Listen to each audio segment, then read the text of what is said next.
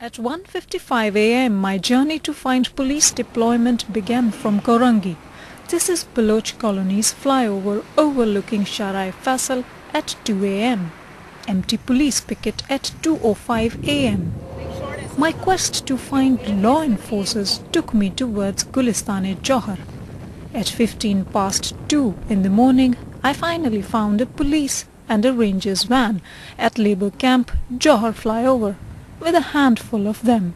This is Johar More at 2:25 a.m. Went further inside volatile area of Gulestan-e-Johar, taking the route from Nipa flyover. 2:30 in the morning, travelling on the streets of Karachi trying to find out the claim made by Karachi police that it's on red alert. This is flyover of Nipa and Gulshan Iqbal, site of many violent activities in the past. Not a single police vehicle or a single policeman can be found here.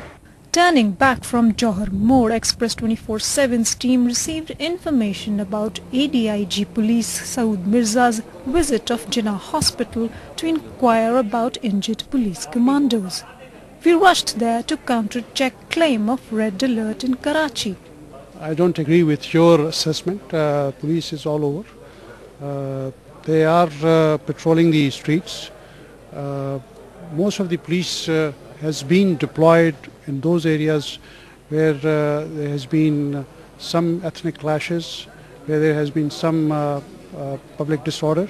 But Express 24/7's tour from Korangi to Gulestan-e-Johar negated Saud Mirza's this claim.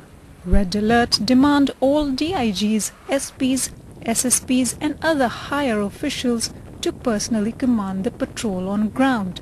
Express 24/7 found only 2 policemen during an hour-and-a-half long tour of the streets of Karachi.